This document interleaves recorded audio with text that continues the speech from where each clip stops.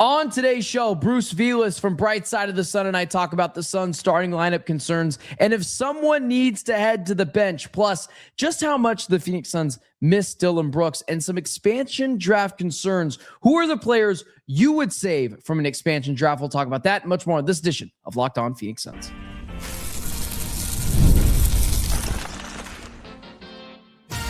You are Locked On Suns, your daily Phoenix Suns podcast. Part of the Locked On Podcast Network, your team every day.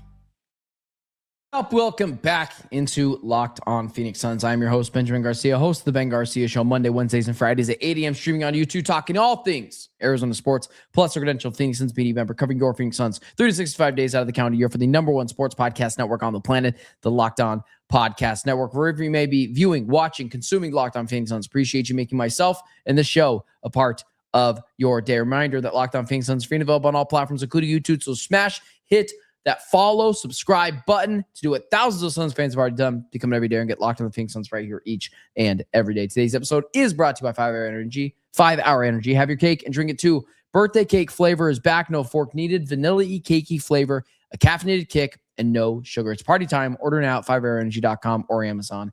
Joining me on today's show with prayers that the lights literally stay on in his house, apartment, I don't know what it is. From Bright Side of the Sun, we got a segment out of him yesterday. We're following it up, right? Was that yesterday? A segment yesterday, following it up with another segment, an actual segment today. My guy, Bruce Vilas from Bright Side of the Sun. What's up, man? How are you? I'm doing good. Yeah, sorry about the power just randomly cutting out the other day. It went out like 4 times in the middle of recording, and then it didn't come back on, at least when I went to bed. So, it was a little tough, but hopefully we're saying our prayers. There's no wind or anything. I saw on my phone that there was like bad wind over here in Massachusetts last night. So it knocked out some stuff, I guess. I don't know. I was on TikTok scrolling, and that's what popped up. So I was like, oh, go figures. But wait a second. So how often does the power go out at your house? Because in Phoenix, and I will speak for everyone here in Phoenix, I literally could not tell you the last time my powers went out ever. You would have to go back to when I was a child. Yeah, definitely. Well, I don't have like a generator or anything, so it definitely goes out. And I live in like an older house, so it definitely goes out a couple of times throughout the year. Like, and when there's bad snowstorms or stuff like that, or bad wind. Yeah, it's not good.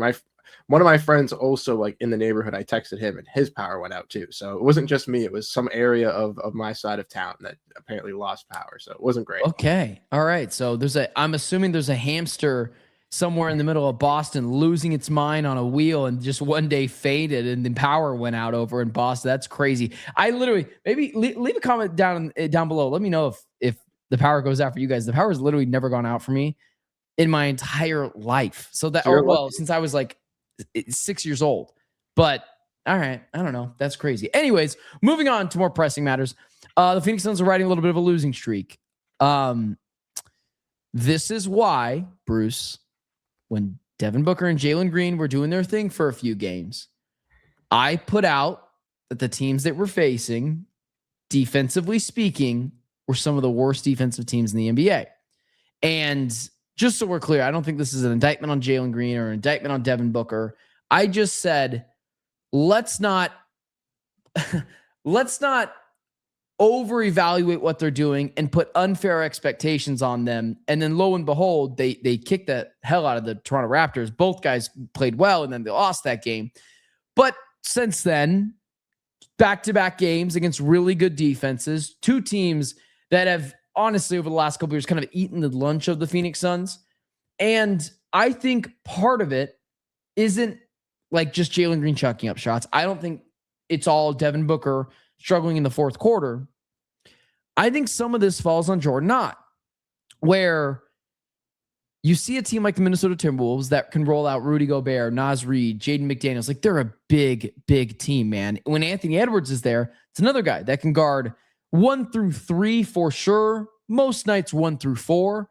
I thought Jordan Knott failed to adjust to a different lineup where I would have inserted. Now, listen, it's not fair to throw Rasheer Fleming into the fire.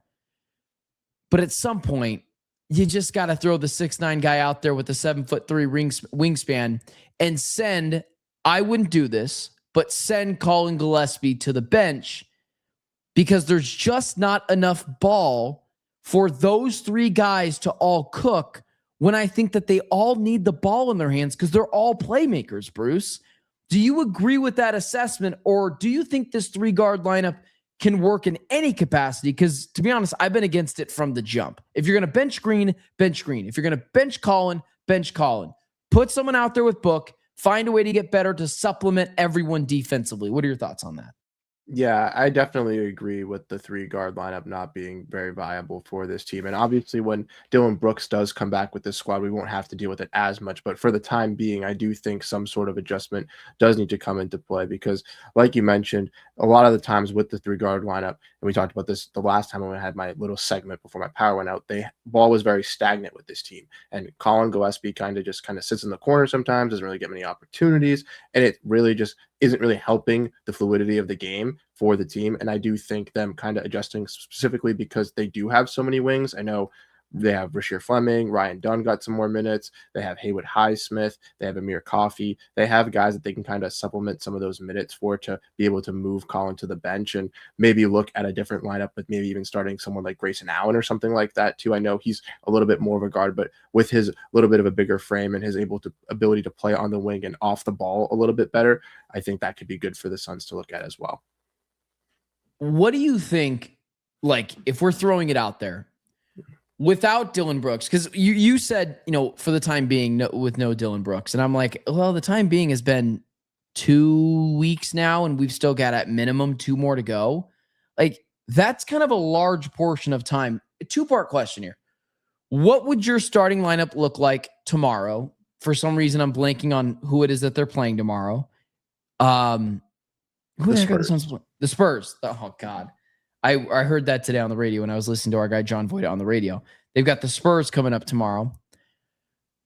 They have to adjust, Bruce. They can't roll out the same lineup because you've got a team, Stephon Castle, Dylan Harper, Victor Wembanyama. Like, it's just big all across the board, regardless who's playing on a night in, night out basis. Even De'Aaron Fox, he's at least a lengthier guard. What would it look like for you tomorrow? And are you concerned, this is, again, a 2-parter, maybe I should have saved this, but are you concerned that when Dillon Brooks comes back, they're just not going to have that chemistry and enough time to gel when Brooks does get in the lineup come playoff time? So I think to answer the first part of your question, I definitely look at Grayson Allen.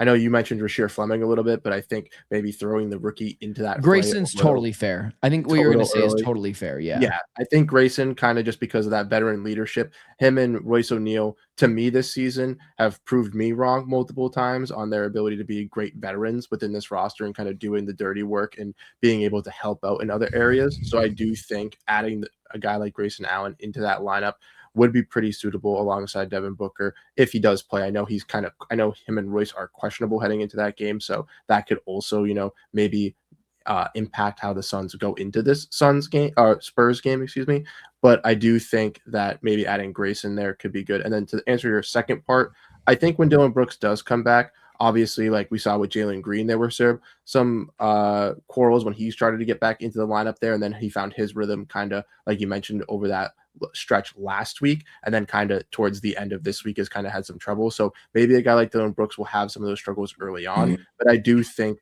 when he does come back, we have seen him in Houston take a role where he does kind of let the other guys cook. So I do think he will kind of take a less of a role on offense and prioritize more of a defensive role for the team. So that's really where I wanted to go, which is why I asked you that question, so I can set us up for the next segment, talking about Dillon Brooks' impact, talking about if he should take a back seat, what the hierarchy of this offense is going to look like. And overall, like, I am a little concerned of what it's going to look like when the playoffs begin and they've only got a couple of games under their belt. Let's talk about that and much more, and let's do it next. Today's episode is brought to you by the folks over at Wayfair. Spring is the perfect time to refresh your space and make your home better for you, whether it's updating a room, adding some outdoor furniture, or finally organizing that clutter corner, it's a great chance to bring a fresh look into your home. That's where Wayfair comes in. From furniture to decor to organization solutions and outdoor essentials, Wayfair makes it easy to find pieces that match your style and your budget. What I like about shopping on Wayfair is how simple the process is. You can filter by style, size, and price, so you can find exactly what works for your space. The thousands of reviews make it easy to shop with confidence, and options like easy assembly or installation make the whole experience smooth from order to setup. Whether it's a new desk for a home office, some storage solutions, or outdoor pieces for spring, it's easy to find something that fits both your style and your daily routine. Find furniture, decor, and essentials that fit your unique style and budget. Head to wayfair.com right now to shop all things home. That's WAYFAIR.com. Wayfair, every style, every home.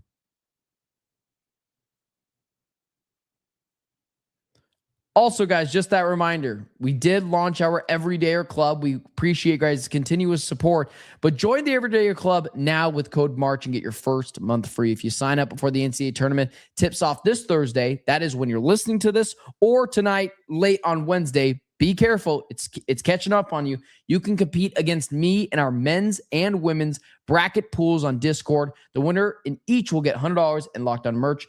The rest of us can commiserate in the members-only chats about our brackets being blown up. As a member of the club, you get an ad-free version again of this show, and also it's free for a month with code MARCH at lockedonsons.supercast.com. Appreciate you guys continuously supporting Locked On Phoenix Suns. Let's continue with the Dillon Brooks discussion. So where do I start with this? Where do I start? Okay, let's answer the easy question. I saw this was inspired by a tweet I saw. I saw someone say, I forgot who it was, some other media member. I got to do a better job of starring these things. But I saw it and I was like, oh, that's a good topic of conversation.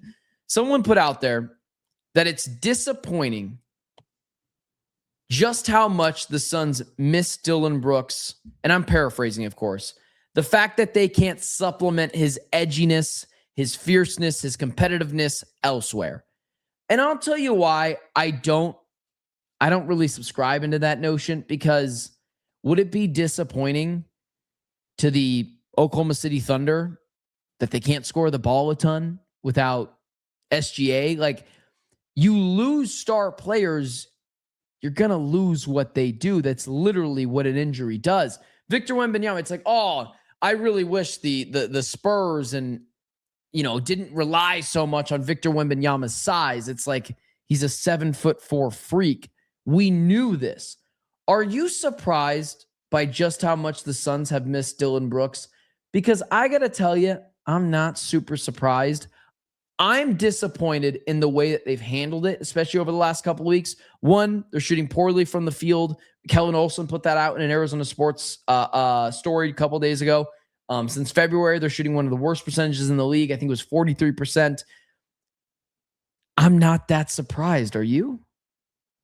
I'm really not. And I also think the added factor of them missing Mark Williams as well in that front court really helps, or really makes that a problem too, because even though Mark Williams isn't the best defender as well with Dillon Brooks, they bring that impact and that fear to those defenders. And one thing I've noticed with the Suns, especially as of late as well, is not only are they not shooting great, but they're also allowing teams to just destroy them in the paint and just find easy ways to get to the basket. And a guy like Dillon Brooks, like you mentioned, can prevent that, can stop that, because he's going to have great POA defense. He's going to be pressing on those opposing offensive guys and making sure to stop their stars. So ultimately, I do think that obviously missing Dillon Brooks is a significant impact for this team.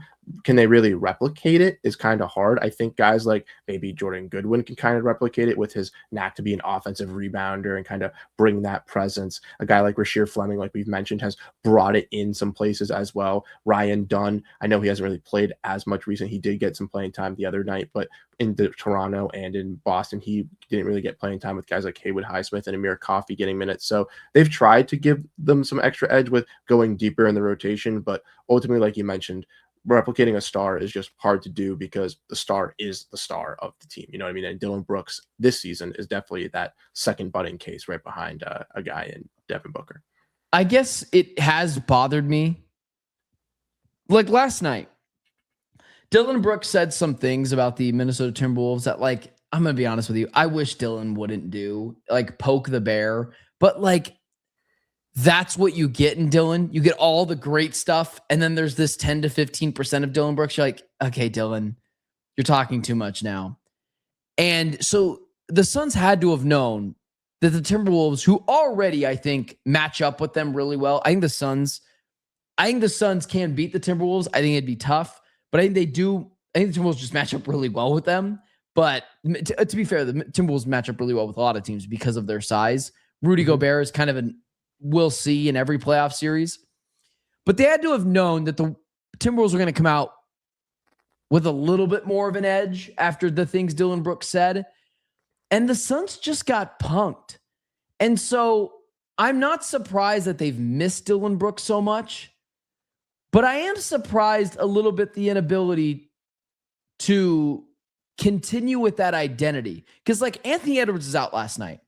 The identity was still there for the Minnesota Timberwolves. We're going to push you around.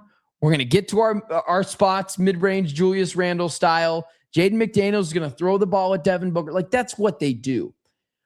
It feels like the Suns' identity as a whole has kind of backed off with Dillon Brooks. I just thought we were past that.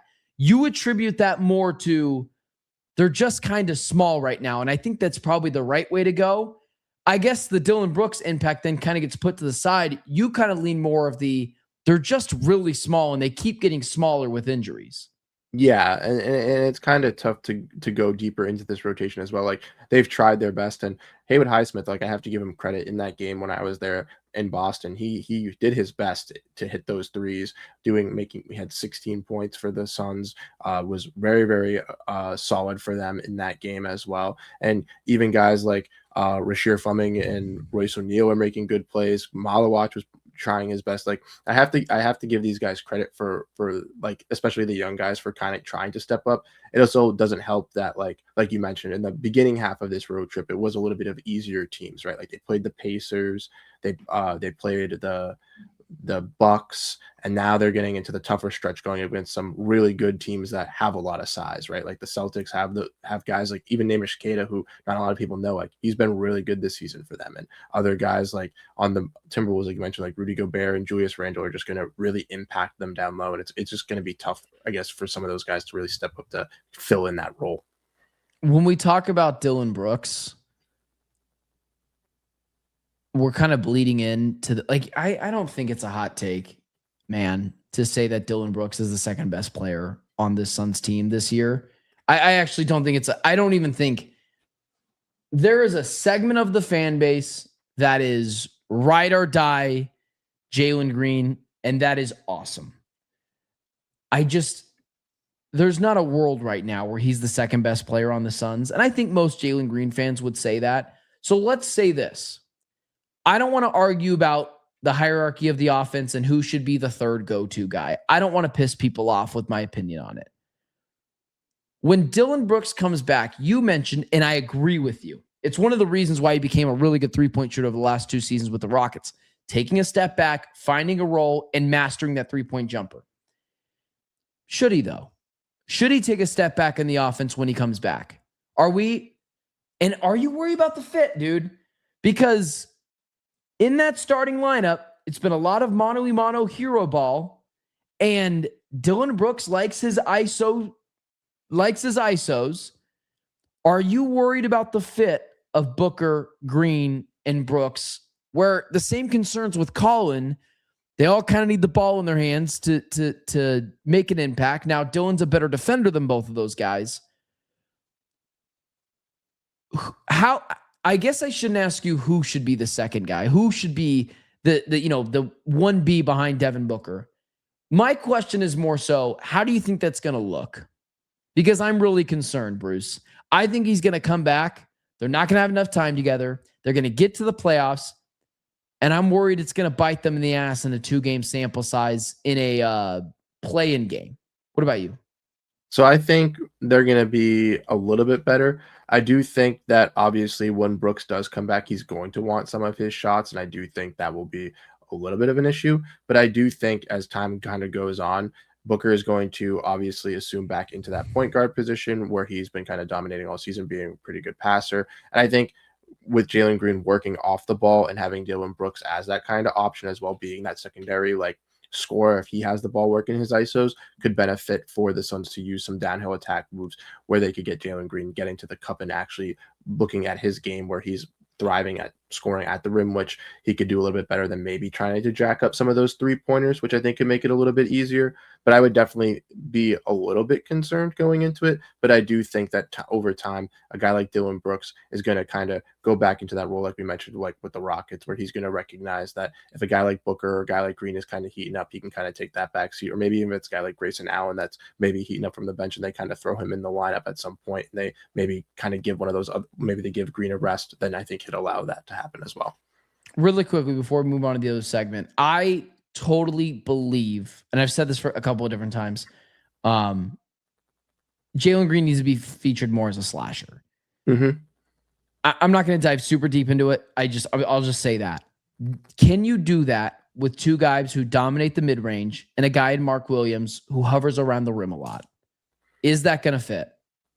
It is very hard because you don't really have that spacer, but if they roll, and that's how Jalen has succeeded in some of these games. A lot of space. Exactly. But I do think if they can kind of get Jalen, they were doing a little bit of work with Jalen and Oso trying to build some of their work in the pick and roll. And I think maybe if they stagger some of those minutes where maybe Jalen is used more as like a off-ball scorer, but kind of off the bench. But then when a guy like Booker goes to the bench and they bring in a guy like Colin, maybe he could be kind of that dominating guard where then Colin can kind of be that playmaker where then he is working, kind of cutting with Oso and kind of have him featuring in that second unit. But I do agree that it definitely is a little bit weary with guys like Mark and having all that mid-range focus with a slashing guy like Jalen Green, especially with him not being maybe as efficient as some fans would like at the rim as well this season. I'm really interested in that. I think I need to bring you back in a couple of weeks here before Dillon Brooks comes back, and we need to dive deeper into that because it's the first time it's crossed in my mind of like, oh crap, how's that going to work when you got two guys who have dominated the mid-range this year? Mark Williams, who lives down low. Jalen Green's got to become something he's not, which is a shooter, unless you can figure out how to space it a little bit better. And then you talk about the bench situation, which we were not going to talk about on this show.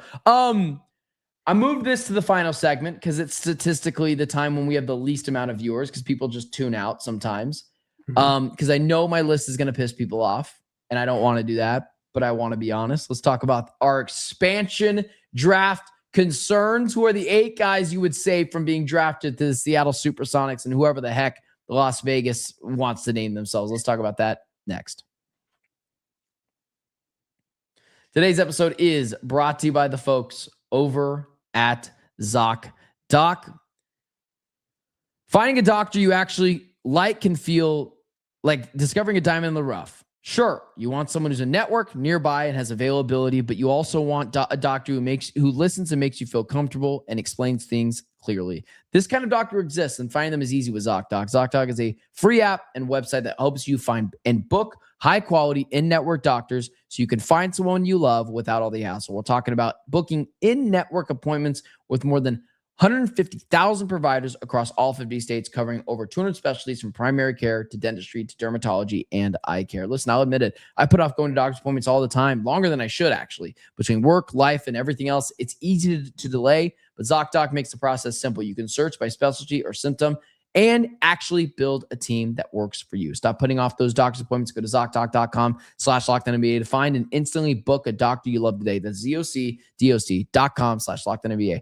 ZocDoc.com/LockedOnNBA. Thanks to ZocDoc for sponsoring this message. Today's episode is also brought to you by 5 Hour Energy. Welcome to the 5 Hour Energy flavor draft with 18 different flavors to choose from, including new options like Confetti Craze, Fruity Rainbow, or Cotton Candy. There's something for everyone. The board is set. The flavors are ready. And I've got my number one pick for the 5 Hour Energy draft. Listen, if I'm going to go a flavor, I'm going to go cherry. The bold cherry candy style flavor, sweet with a light tart edge, classic red fruit profile, bright punchy taste, and a clean, slightly tangy finish. You're talking about something that's underrated? What about sour apple? The apple that bites back, crisp, tangy taste, deliciously tart, bold, a little sweet, and a whole lot of sour. Who doesn't love the sour, man? I love everything to do with sour. 5-Hour Energy shots give you a boost with zero sugar. Keep in mind, 5-Hour Energy has a lot of other upcoming flavor initiatives planned, so be ready for those in the future. Find your new favorite flavor of 5-Hour Energy shots available online at 5-Hour Energy or Amazon.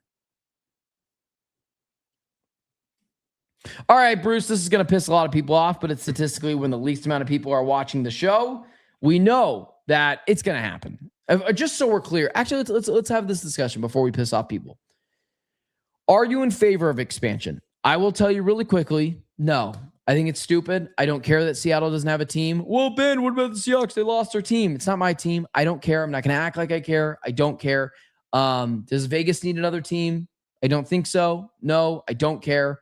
Why does Oklahoma City have a team? No idea. Well, we know why, because years ago, the stadium stuff, and they just moved them. But I don't, there's no reason to add 2 more teams. Do you know how many teams are terrible this year? And like we already have tanking, which is such a big issue. This is just going to add to that.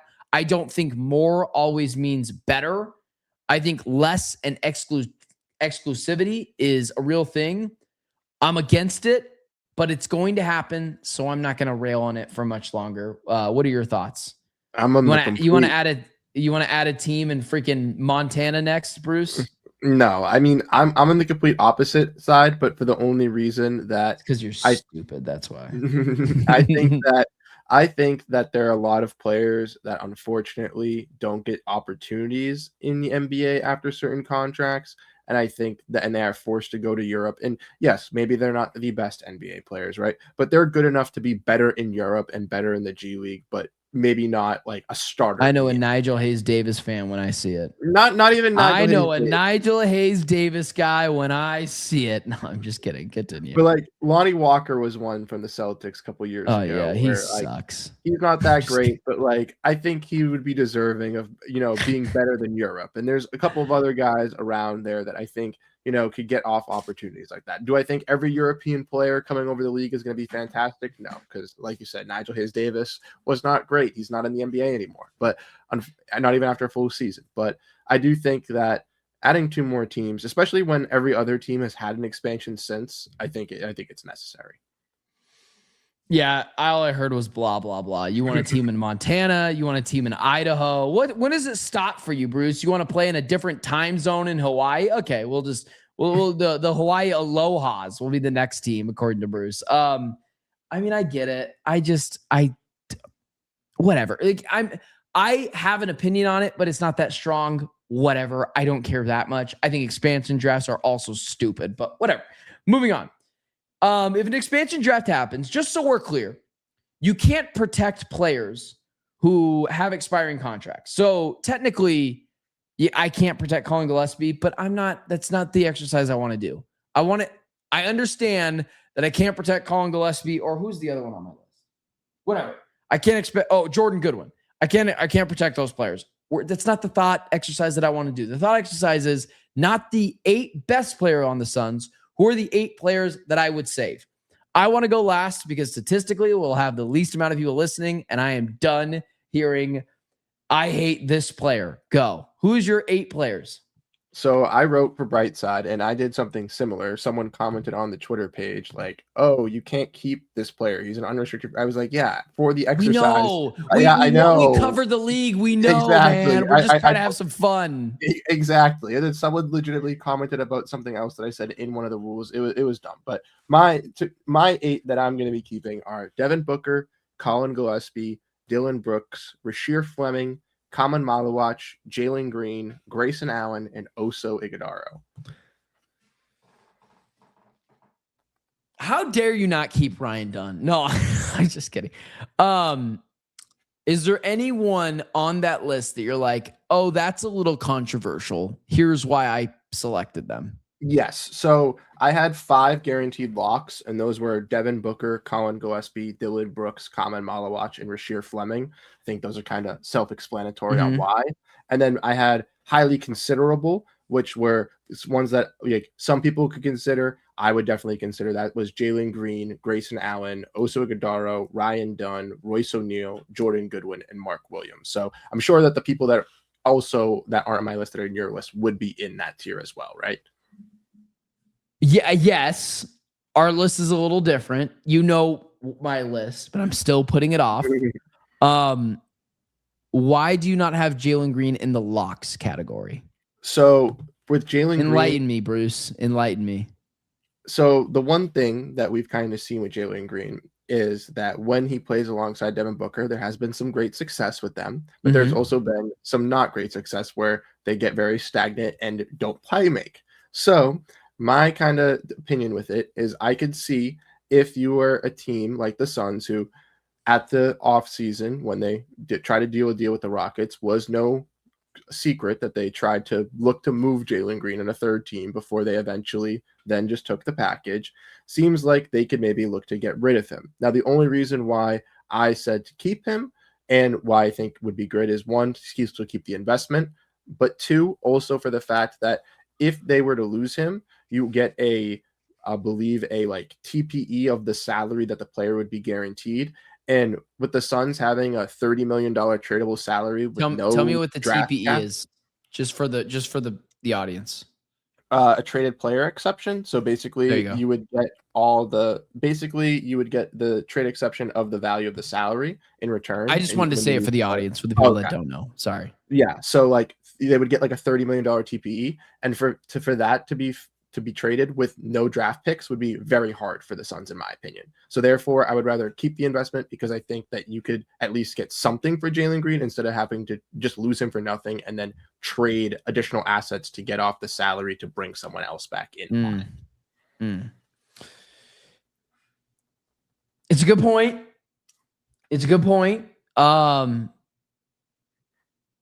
Here's my list at the 31-minute mark.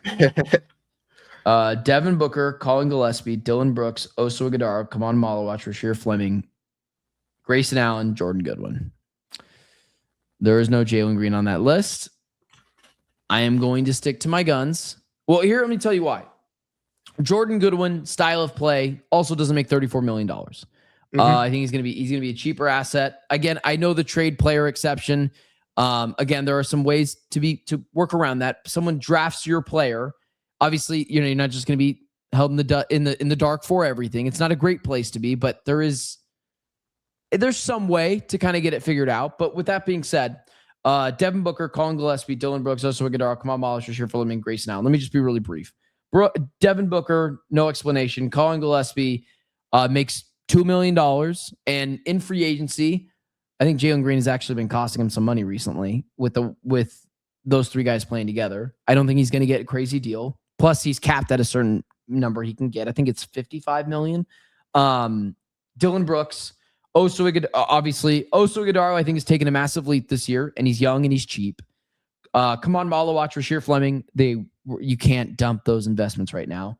Grayson Allen, I teed it on that one because the Suns, like you'd mentioned with Jalen Green, we're trying to move him in the offseason, but he's been great this year. And then Jordan Goodwin. Style of play, he's going to make no money, and he fits the culture of the Phoenix Suns. I'm just going to stand on this hill, and I'll be okay with being wrong if it happens. Jalen Green is consistently consistent. I have really strong concerns if he can work with Devin Booker, work with Devin Booker, Mark Williams, Dillon Brooks. I think he's a square peg in a round hole. I think he's an inefficient basketball player. I think he's a spotty defender at times. And $34 million is a lot of money. And I prefer that to be potentially someone else's problem. And I'm just going to stand on that hill. I'm just going to stand on it, Bruce. And if I'm going to be the only... it made me feel better. I was really hoping you would have him on your list, but it gives me some solace in knowing you're like, I had him on, but it was mostly because I don't want to get rid of the investment yet. And I want to see this thing through, which is totally fair. And just so we're clear, anyone that has Jalen Green on their locks list, I don't think they're stupid.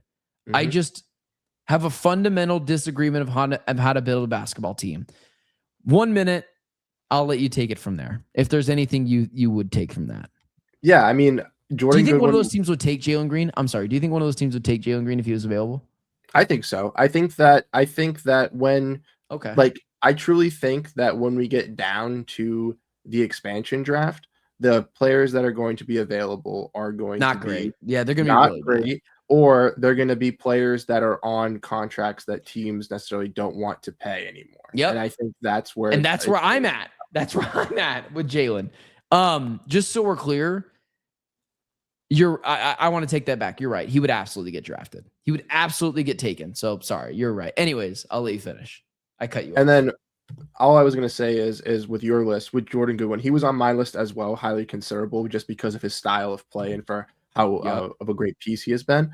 The only thing is that I feel like with a player like Jordan Goodwin, since, I mean, he was the last player on that was signed, not that that should be reflective of anything, but he was kind of looked as an afterthought and then kind of has improved. So I do think a player like him, they could kind of find on the edges, similar to like a Haywood Highsmith or something like that, if he was available. So that's where I'm not really as worried. And then with talking about Grayson Allen as well, him and Royce O'Neal were close for me as well. But with Grayson, I think just he's a little bit younger by 2 years, and with his contract being $8 more million, I'd rather have that as a tradable asset compared to Royce's contract, because I do think that Royce's contract, if they got in a TPE, would be a little bit more accessible for the team to move off of, to bring in a piece in that makes 10 million or less that could be a valuable asset compared to $18 million.